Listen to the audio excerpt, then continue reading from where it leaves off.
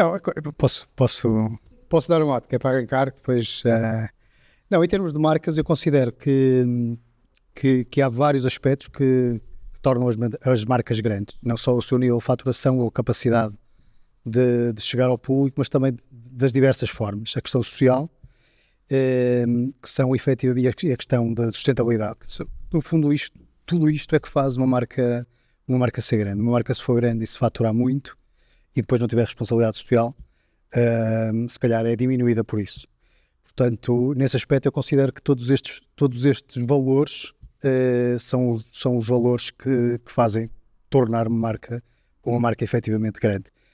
Sem dúvida que a faturação, a parte económica, é sempre importante para dar sustentabilidade a tudo isto.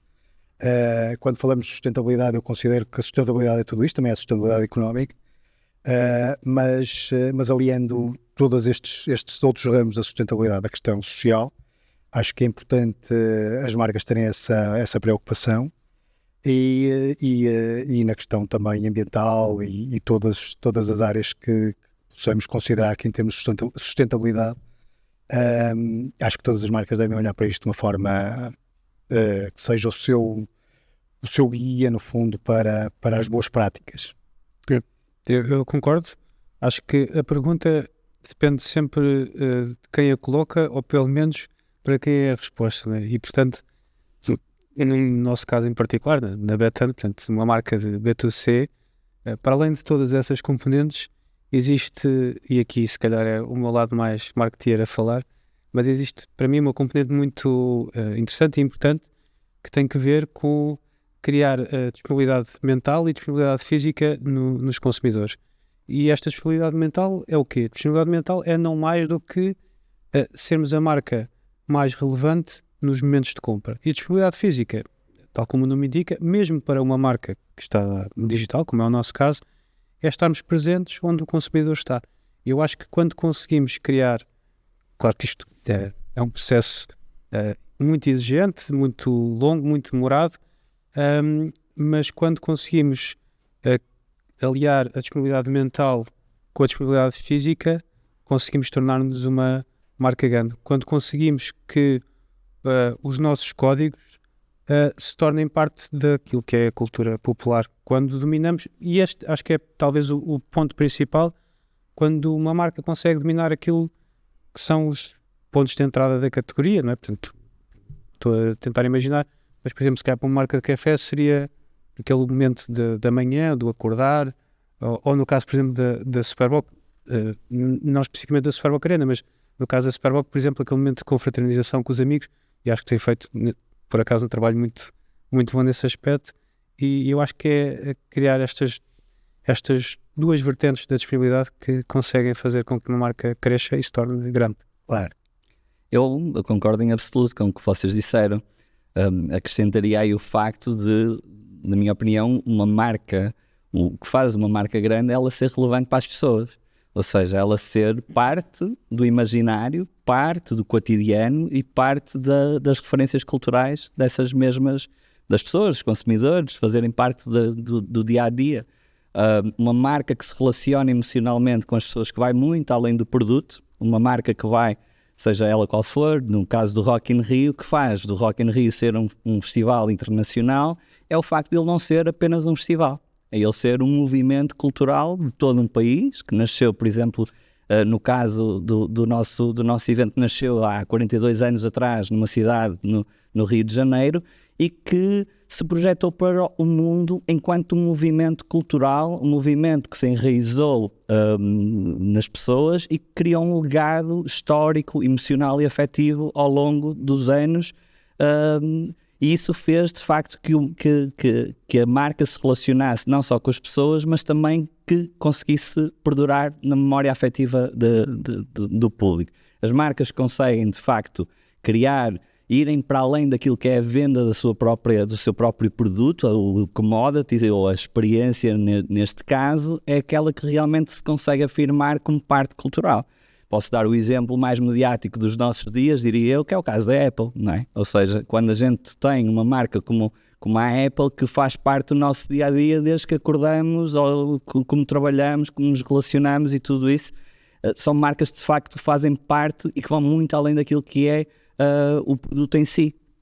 Vai muito além daquilo que é a promessa de entrega a que se predispõe.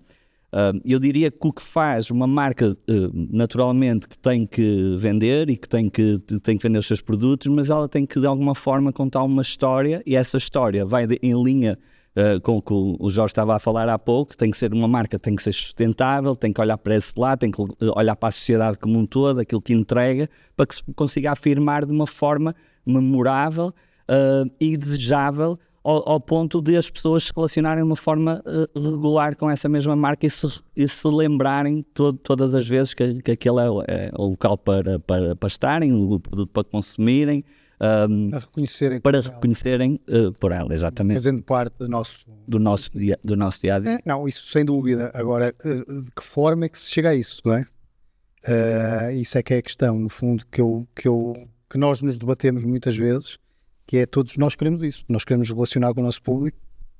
Agora, qual é a forma? Qual é o melhor caminho?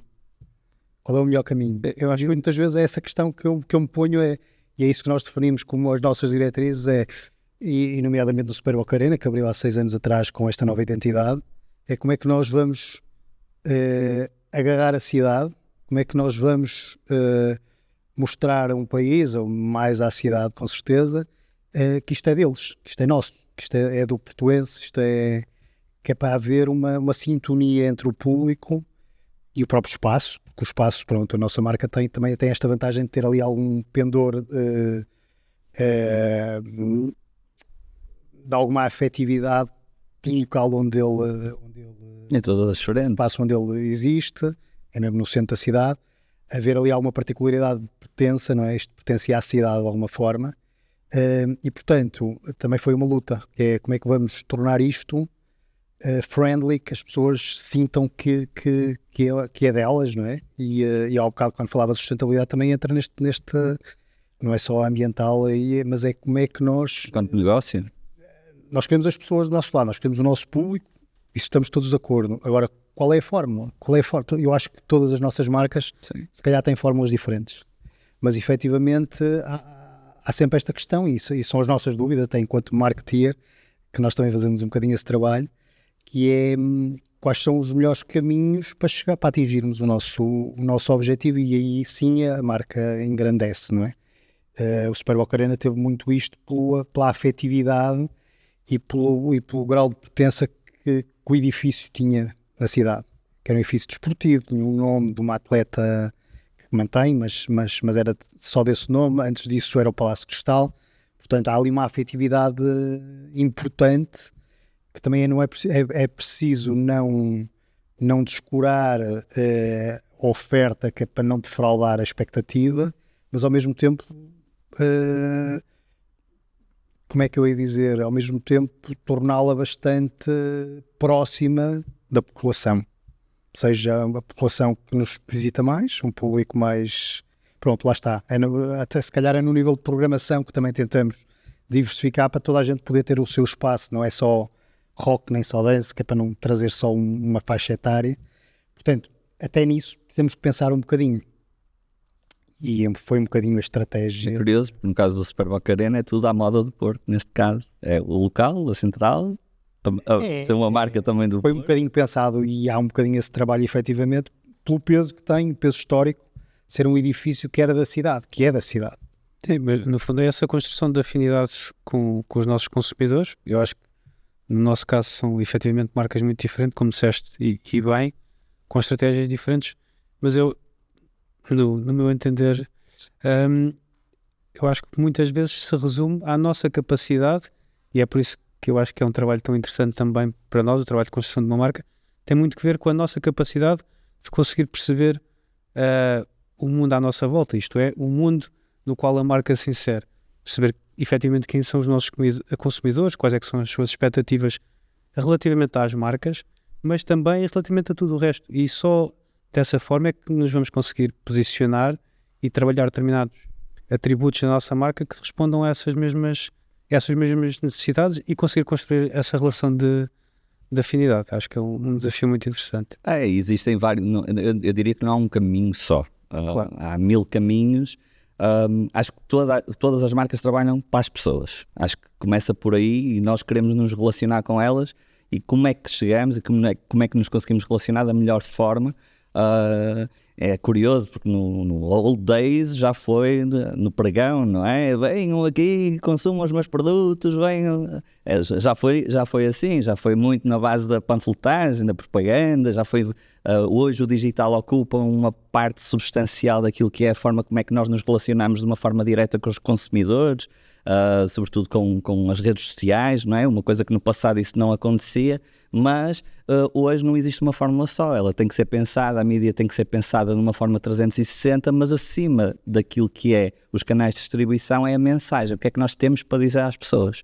Ou seja, temos que ter aquilo que são os nossos grandes trunfos, não é? O Jorge falava na questão de ser, no caso do Superbox, ser da cidade do Porto, do centro do Porto, com referências do Porto, até a marca é do Porto. No caso de um festival como o Rock in Rio, não é só música, ou seja, não é só os artistas. Claro que as pessoas querem e se relacionam em primeira instância por conta do fã, ou porque gosta da Katy Perry, ou de Rod Stewart, ou dos Linkin Park, ou quem quer que seja, que esteja a tocar nessa edição, mas vai muito além daquilo que é a proposta inicial e a proposta de valor daquilo que é o produto em si. É a história que se vai contando ao longo dos tempos, de uma forma cadente, através de todas as armas que estão à nossa disposição, sejam elas veículos de distribuição de mídia, seja a TV, a rádio, o autofone, o digital, tudo isso, mas a mensagem tem que cada vez mais, e fala-se estamos a fazer aqui um conteúdo, sobretudo na era da pandemia, em que se falava sobretudo que o conteúdo é rei, claro que sim, porque nos permite estar de uma forma cadente a falar com as pessoas, de uma forma com muito mais tempo. No caso deste podcast é precisamente isso, estamos aqui coisas que se calhar se fosse há 15 anos atrás ou há 10 anos atrás seria impossível, não teríamos nunca este tempo de antena para estarmos aqui a discutir horas e horas e horas, mas a mensagem é fundamentalmente a coisa mais importante. Eu diria uma coisa, que é uma dicotomia que nós vivemos nos nossos dias, que é, se por um lado a maior concorrência que todas as marcas têm não são os concorrentes direitos, mas sim a atenção das pessoas. Ou seja, nós disputamos constantemente pela atenção das pessoas, sobretudo numa era em que tudo é um scroll de 2 segundos ou 3 segundos e que somos bombardeados por mensagens o tempo todo. Por outro lado, somos capazes de estar a ver um podcast do Joe Rogan durante 2 ou 3 horas, de uma forma ininterrupta, e espero que estejam a ver aqui o Dream Talks agora durante 2 ou 3 horas, se for o caso, ou nos vários episódios que se seguem. Mas volta sempre ao início, aos primórdios daquilo que é a publicidade e aquilo que é o marketing, que é o que é que tu tens para dizer, qual é a história, qual é a tua história e o que é que tu queres contar. Quando a gente pensa, por exemplo, em marcas, eu falei da Apple, mas podia falar da Nike, a Nike não vende material desportivo, ela vende atitude e depois relaciona-se com os desportistas e as mensagens e tudo isso. Rock in Rio, no nosso caso, nós não vendemos música, nunca foi sobre isso, nós vendemos uma festa, uma grande celebração, um grande movimento, algo que aproxima as pessoas e agrega as pessoas ao vivo, para que possam estar juntas e para que possam sonhar juntas. Nós gostamos muito de usar a expressão sonhar, fazer acontecer, estarmos juntos e viver uma grande festa. O nosso fundador, o Roberto, sempre nos incutiu, enquanto marca, dizer assim, o que vocês estão a fazer aqui é um grande movimento, é uma grande festa, é sobre isso que nós queremos continuar. Depois usamos a música, usamos as marcas, usamos os nossos próprios patrocinadores que se juntam nesse território para poder fazer a festa, mas sobretudo com foco nas pessoas. Ou seja, é as pessoas que nós queremos impactar de uma forma muito concreta, de uma forma muito direta, de uma forma muito humana, muito relacional, e eu acho que isso é que permite chegar às pessoas e as pessoas reconheçam o valor. E quem não consumiu os nossos produtos, no caso do Superboc Arena, queiram ir aos concertos, no nosso caso, quem não estar a viver a experiência de um festival, no caso da Betano, queira consumir os produtos e fazer as apostas e tudo isso, mas de facto é de que forma é que qual é a mensagem, qual é a história e a forma como nós nos relacionamos, que tem que ser sempre pensado a 360, diria eu. Sim, há aqui um ponto que eu acho que é particularmente importante, que tem que ver com a consistência da mensagem.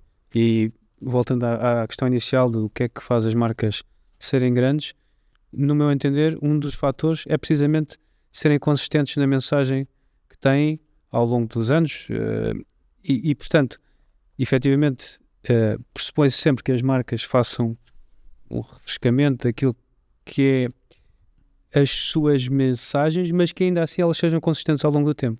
E essa consistência é que lhes vai permitir também crescer. E depois, só aqui uma nota relativamente ao tema da atenção, porque acho que, na verdade, é, porventura, um dos principais desafios de todas as marcas. Existem alguns truques, por assim dizer, para quebrar essa barreira da desatenção. Um deles é o humor. Criatividade, não é? Exatamente, ou o recurso a uma imagem mais emocional, etc. Mas, completamente de acordo, tem que ser algo com que as pessoas efetivamente se relacionem, porque caso contrário será apenas mais um anúncio. Aliás, é muito interessante vermos alguns estudos que mostram precisamente que uma campanha publicitária bem feita, criativa, e tem um retorno de investimento muito maior. E, portanto, eu com menos investimento consigo os mesmos níveis de retorno. E que são os desafios, muitas das vezes, as marcas com budgets mais limitados, que não têm tanto poder de fogo, é bom que sejam criativas, é bom que consigam chamar a atenção. Tem que ser. Para ser concorrenciais tem que ser. Sim. Eu aqui pegava um bocadinho naquele meu ponto inicial relativamente à disponibilidade física, que tem que ser trabalhada em simultâneo com a disponibilidade mental. E quanto à disponibilidade física, para mim é muito evidente que nós, e pegando no nosso caso em concreto, sendo uma marca que está no espaço digital, seria para nós impossível não estarmos presentes naquilo que é o dia-a-dia dos nossos consumidores. Isso é feito através de out-of-home também, mas não só, mas estamos presentes naquilo que é o seu dia-a-dia, tentarmos perceber quais é que são os momentos certos para estarmos presentes e quebrar essas barreiras físicas que possam existir. Portanto, por exemplo, no nosso caso, tudo aquilo que são posições junto dos estádios de futebol, que lá está, no nosso caso, é um daqueles pontos de entrada da categoria. Como um território na vossa questão, não é? Exatamente, é um território que ocupamos. Ocupamos também com essa presença física, para nós é fundamental. Eu concordo em absoluto. Eu diria, eu gosto muito da analogia de shaking the tree.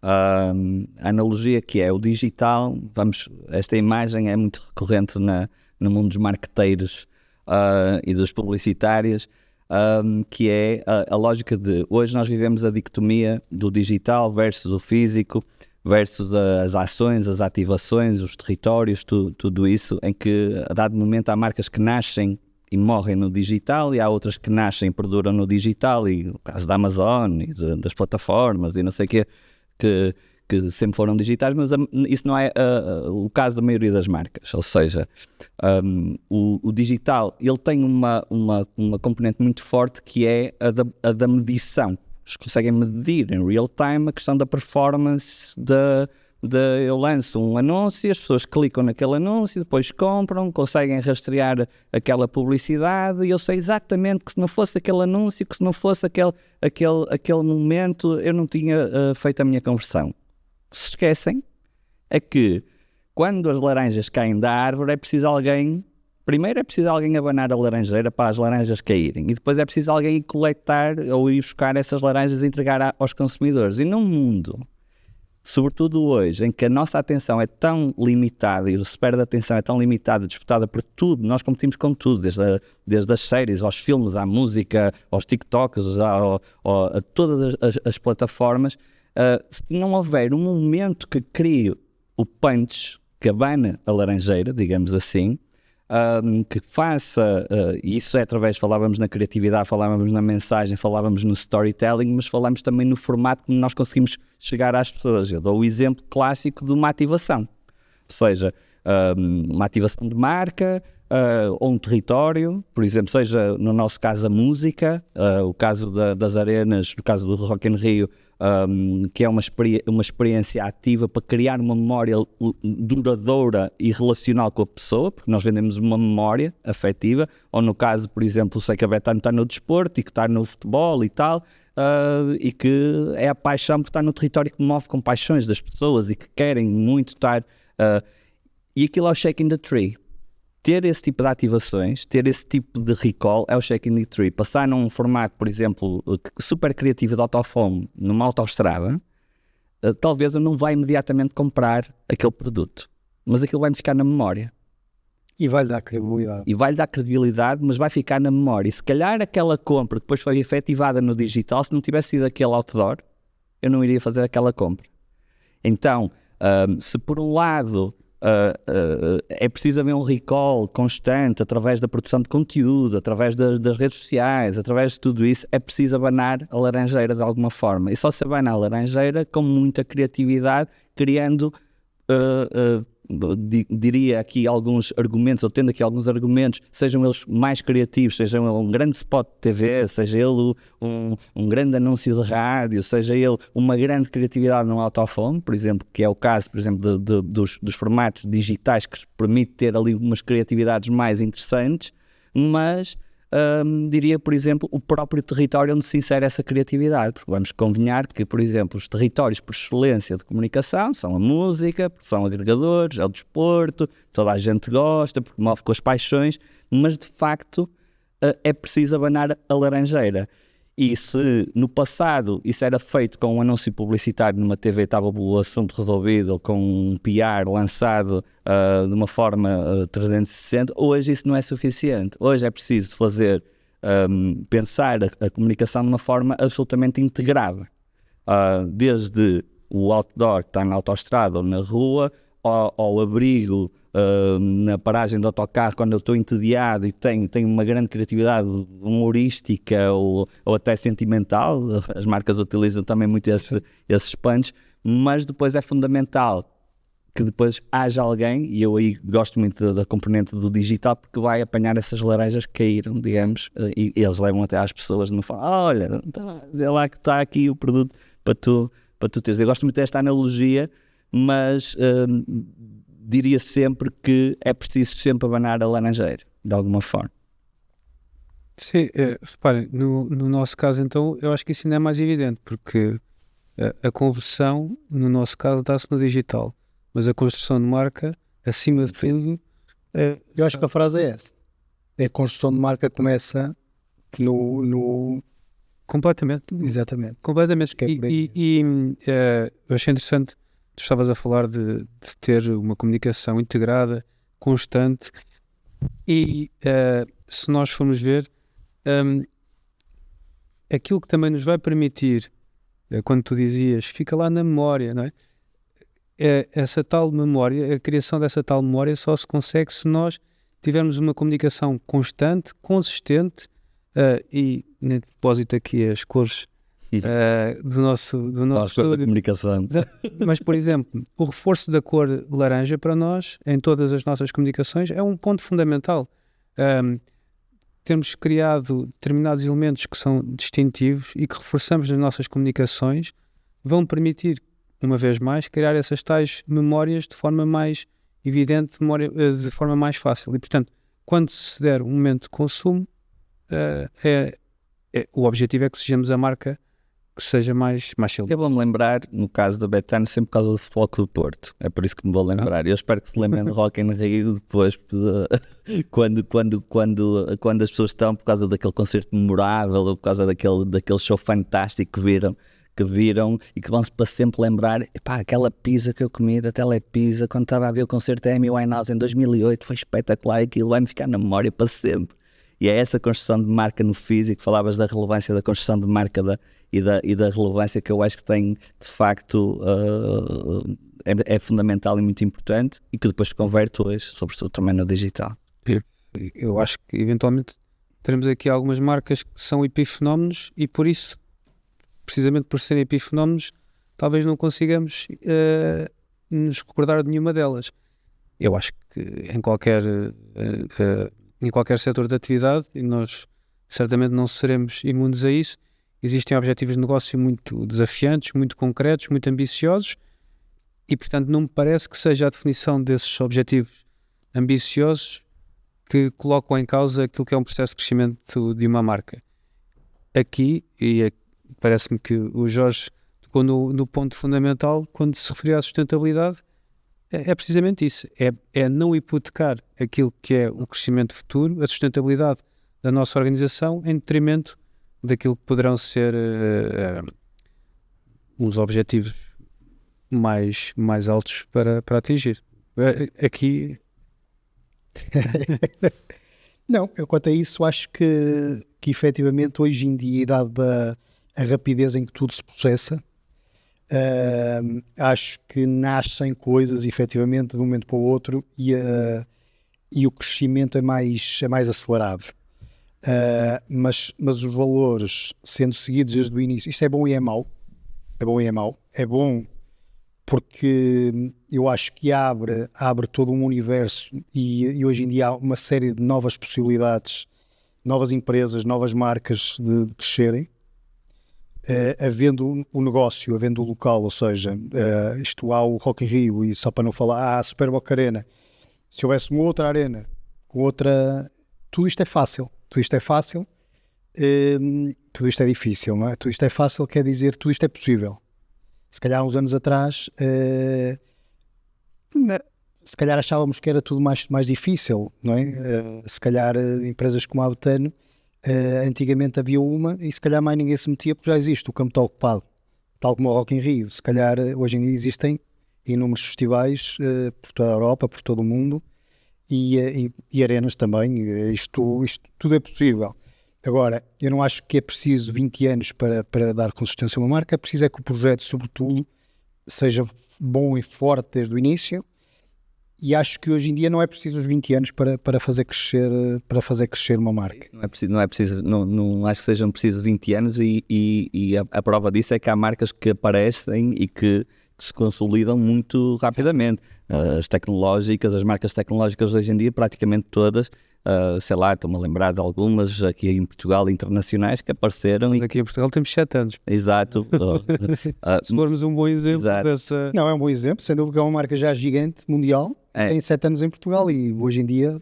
Mas tu tocaste num ponto que eu acho que é determinante no sentido de a relevância daquilo que é o projeto, porque de facto... Por exemplo, no caso dos festivais de música, o Rock in Rio, quando surge em 85, tinha havido o Woodstock, que tinha sido a grande referência de festivais, havia o Glastonbury, o Isle of Wight, aqui em Portugal tinha havido o Vilar de Mouros lá no início, ou seja, mas não havia propriamente um touring de festivais, os países, hoje em Portugal, estava a ver um estudo, existem 360 festivais, uma coisa que o valha, festivais de grande porte na Europa são às centenas. Então, e as arenas é a mesma coisa, qualquer cidade hoje tem, e uma coisa que há 20 anos atrás era um filme a ver era um luxo praticamente. Vamos nos lembrar que o Mel Arena é de 98, ou seja, 28 anos? Ou seja, 28 anos, é um bebê, ou seja, do ponto de vista de arenas. O que é que aconteceu de lá para cá foi um amadurecimento de alguns setores e de algumas marcas, e outros foram criados ao longo do tempo. Mas há aqui uma coisa muito importante, que é como é que se lidera, como é que se faz diferente, como é que se reinventa todo um setor. O Rock in Rio não inventou a indústria da música, o Rock in Rio não inventou o que fez o Rock in Rio em 85, quando aparece enquanto festival, enquanto maior plataforma de música e festival ao vivo do mundo, com 1,5 milhão de pessoas. O que faz é fazer de uma forma diferente. Aproximou, naquele caso concreto, o território da música dos grandes shows, uma coisa que não existia na América Latina, por exemplo, ter as grandes turnés, nem sequer existiam, né? Nesse tempo, nos anos 80, os artistas nem precisavam fazer turnés na altura porque ganhavam dinheiro todo com os discos, não é? Ou seja, o que acontecia foi juntar no movimento um grande espetáculo, juntando as marcas, criando uma infraestrutura brutal em torno daquilo que era o território da música, com a construção de marca e criando uma grande plataforma de comunicação para que as marcas pudessem fazer as suas ativações e pudessem criar as suas memórias com o público. Essa foi a proposta de valor lá atrás em 85. Quando nós olhamos, por exemplo, 42 anos depois, aqui em Lisboa, nós pensamos, o que é que nós podemos fazer diferente para continuar a criar uma memória que perdure? Então o nosso desafio a cada edição é já temos o palco, já temos os palcos, temos as atrações. Na última edição foi a mudança do recinto do Parque da Bela Vista para o Parque Tejo. O que é que nós podemos fazer diferente a cada edição? É uma cenografia nova? É porque não é os artistas vão mudando, mas enquanto marca, o que é que nós podemos fazer de forma diferente? É uma cenografia de um palco novo, é um storytelling, é uma atração nova. E é curioso que é sempre esse o desafio de fazer diferente para se criar uma memória last long. E essa tal cauda longa depois acaba por perdurar. E no nosso caso, por exemplo, esta edição era claro. O que é que nós vamos fazer diferente que possa vamos colocar mais fogos de artifício? Tivemos videomapping na última edição. Vamos colocar mais fogos de artifício. Não chega. Vamos fazer um espetáculo de aviões. Bora fazer um espetáculo de aviões. Então todos os dias da cidade de Rock vai haver um espetáculo de aviões que é um espetáculo aerobático com um nome técnico, acrobático, as acrobacias, entre intervalos do show. O Rock in Rio precisaria disso, ou seja, a nossa crença é que as pessoas não compram o ingresso por conta do espetáculo de aviões. Mas é esse layer, essa cereja no topo do bolo, que vai para além do fogo de artifício, que vai para além do videomapping, que vai para além do conteúdo, que vai para além dos Linkin Park e da Katy Perry e do Rod Stewart e da Cyndi Lauper e tudo isso. De que forma é que se acrescenta um layer em que a pessoa chega e que diz, quando está a beber a sua bela, a sua Superboc, a ver o seu concerto e de repente leva com um espetáculo de aviões que se vai recordar para sempre daquela edição que teve no festival. E é esse last longing que eu acredito que vai ficar sempre na memória. Um bocadinho nesta pergunta é um bocadinho o tema de não é criar a marca em 20 anos, mas é fazê-la perdurar. Perdurar. Está sempre e é com estes modelos de criatividade. Está sempre a inventar. Quando falávamos há pouco de quebrar a barreira da desatenção, bem, eu acho que se calhar até é levado um bocadinho aqui a um extremo, mas um espetáculo de aviões será com certeza uma maneira de quebrar a barreira da desatenção. Da desatenção. Sim. Eu acho que mas o desafio é aquele, o que é que tu fazes para te diferenciar? Para ser diferente. Para ser diferente. Porque fazer igual é fácil. Fazer igual, todos fazemos. Copiar, todos copiamos. Agora, fazer diferente dá muito trabalho. E dá muito trabalho e exige muito da criatividade das equipas e quando os budgets não são ilimitados, tem que haver aqui muita criatividade. Falávamos disso, tem que haver aqui muita criatividade. Como é que nós conseguimos fazer coisas que sejam... eu dou o exemplo dos aviões, mas podia ser outra coisa qualquer. Podia ser, por exemplo, Rock in Rio. Lembro-me, há uns anos atrás, estive muito envolvido nisso, por exemplo, com o palco digital, que era em que nós quisemos criar trazer um universo do influencer marketing para dentro do festival de alguma forma. Mas o que é que eles vão fazer? O que é que os influenciadores vão fazer para além de comunicarem? Também não é só criar, também temos que criar seguindo as tendências. As tendências, claro. E nesses anos eram os anos que começaram a aparecer muitos influenciadores, exatamente. E é fundamental seguir as tendências, criando novos layers e desrompendo de alguma forma. E claro que todos nós gostamos muito daquelas publicidades muito criativas, falávamos do humor ou muitas daquelas, por exemplo, as empresas de telecomunicações fazem muito aquelas campanhas de emocionais que na altura do Natal, em que nós estamos predispostos a estar seguindo a tendência do Natal, seguramente agora na Páscoa é com os coelhinhos da Páscoa e tal, mas de facto como é que se cria o layer, o que é que o Superboc Arena faz de diferente das outras arenas, o que é que tem de layer adicional que faz aquela arena especial, o que é que o Rock in Rio faz de diferente que não faz, por exemplo, o Mad Cool em Espanha, ou que não faz o Glastonbury em Inglaterra, ou o que é que tem de diferente para que possa distinguir-se de alguma forma dos demais. Eu acho que esse é o desafio sempre. Os meios são fundamentais.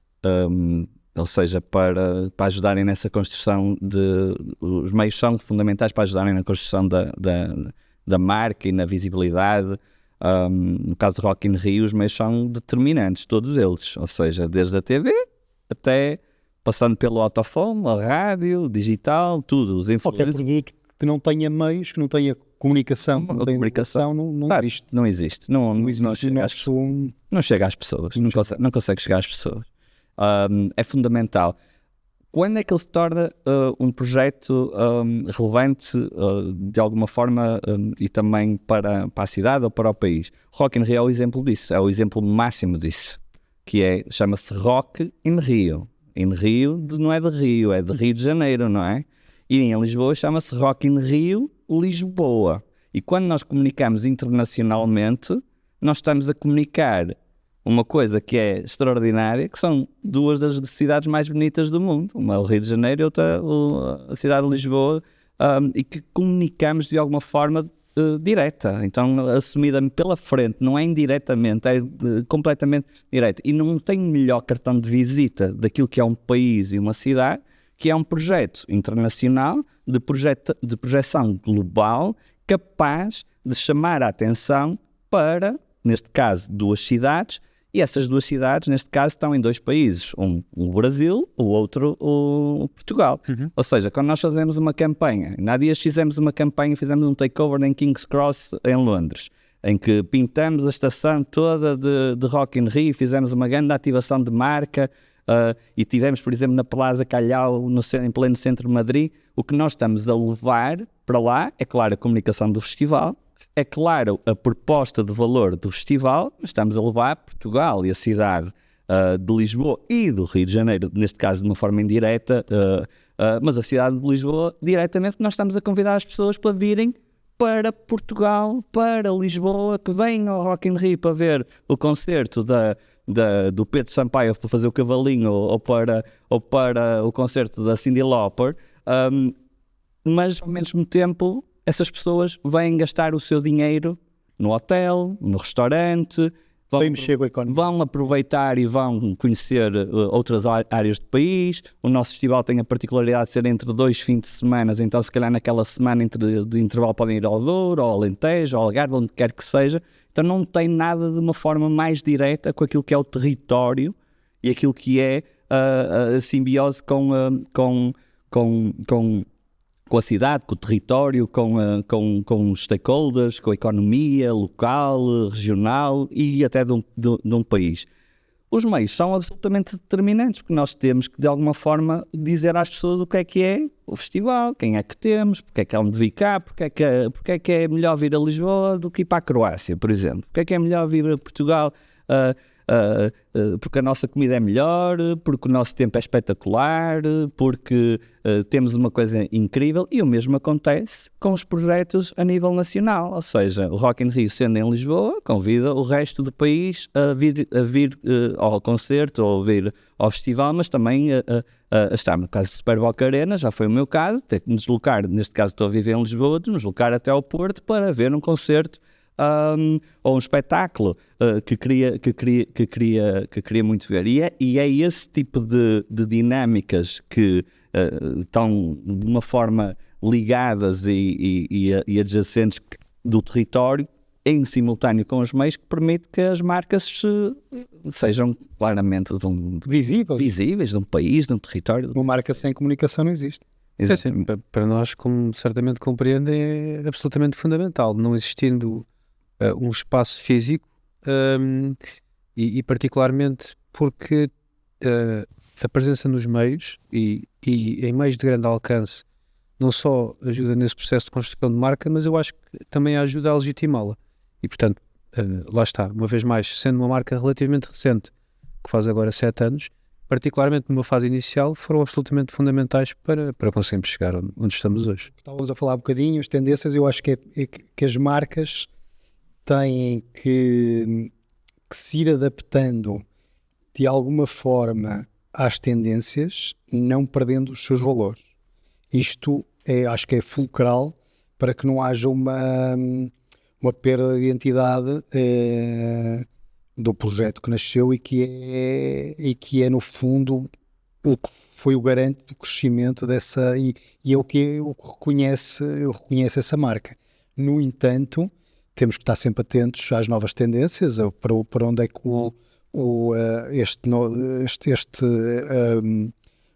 Na área do entretenimento é mais fácil, mas efetivamente, para onde é que as pessoas estão, e quando falamos de música, as tendências são fulcrais, não é? No fundo, se passamos, deixamos de ouvir uma tendência que era há uns anos, que era o reggae, que este ano, que atualmente muito pouco se vê, portanto, temos que seguir, se agora é o hip-hop, se é o K-pop, se é o... Portanto, na área do entretenimento isso é fulcral, não perdendo, no nosso caso, no Super Boca Arena, mas Rock in Rio também, eu acho que é transversal a todas as marcas, não perdendo a essência, e a essência é aquilo que no fundo a nossa marca quer entregar, não é? O Super Boca Arena, no caso do Super Boca Arena, o que é que nós queremos entregar? Queremos entregar um edifício renovado à cidade, um espaço que é do usufruto de toda a população e que vai ter ótimos espetáculos. Agora, se os espetáculos são de que vão ter mais sucesso e vão estar mais patentes, as tendências, no fundo, é esta escolha que nós não só, mas os promotores vão fazendo, e acho que isto é transversal a todas as marcas, de formas diferentes talvez, mas no caso da Super Boca Arena é um bocadinho isto, é estar atento às novas tendências, perceber que se é música, se é mais teatro, sei lá, daqui a uns anos podemos estar, a música sem dúvida que é o futebol do desporto, mas podemos ter uma fase que as pessoas vão estar mais viradas para as artes teatrais, não sabemos, não é? E as coisas mudam, tal como mudam as tendências musicais, e agora estamos com esta loucura toda do K-pop, que é uma vertente nova, e é aí que as tendências... Tenho uma filha com 10 anos, portanto já... Podem ver a Audrey Nuna no dia 20, a guerreira do K-pop, da Golden, está no Rock in Rio no dia 20. Já vai estar aqui no Super Boca Arena as guerreiras. A guerreira. Já tenho em maio planeado. Em maio. Não, Vou falar das tendências. sim, as tendências na música são claramente... É cíclico, não é?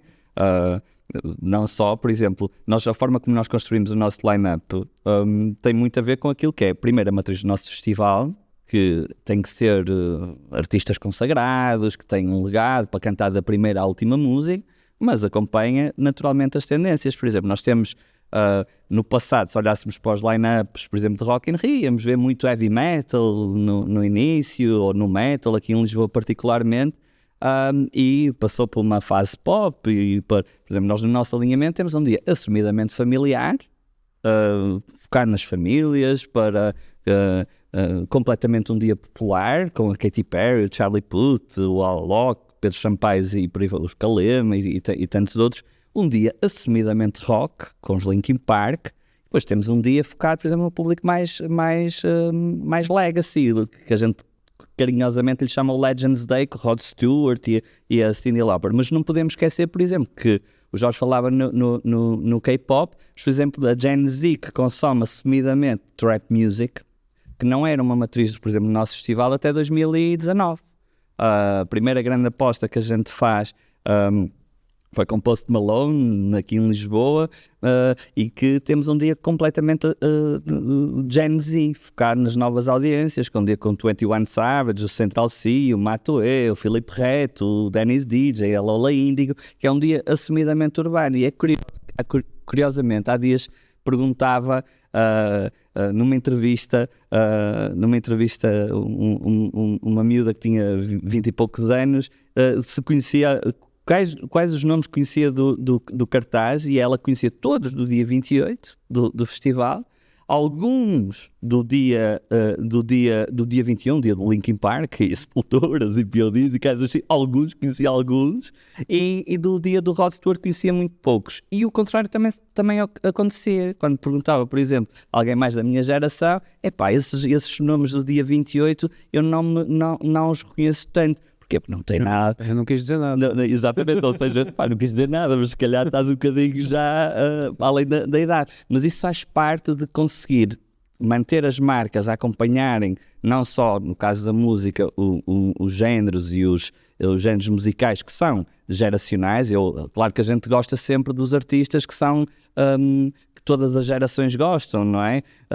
Mas nós temos que sempre de alguma forma apontar para aquilo que são as novas tendências, e eu concordo em absoluto que já o K-pop vai estar em todo lado e vai ser uma tendência que mundialmente já é, e aqui em Portugal nós temos por defeito receber as tendências um bocadinho com algum delay, não é? Elas estouram primeiro nos Estados Unidos e no Reino Unido só depois é que chegam cá, mas de alguma forma temos de estar sempre muito atentos e cirúrgicos, irmos colocando um bocadinho. Nós já, esta edição no festival, como estava a dizer, já colocámos uma artista de K-pop, não é? Não mudando os valores. Não mudando os valores, mantendo sempre aquilo que é a matriz do festival e mantendo a matriz da marca, porque nós temos que ser...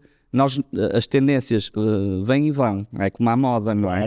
Os valores ficam. Os valores ficam sempre, tal como as pessoas, exatamente como uma pessoa que tem a sua matriz, que tem a sua persona, que tem a sua integridade, tem os seus valores, e eu acho que as marcas têm, de facto... Que é o que faz perdurar. É exatamente isso.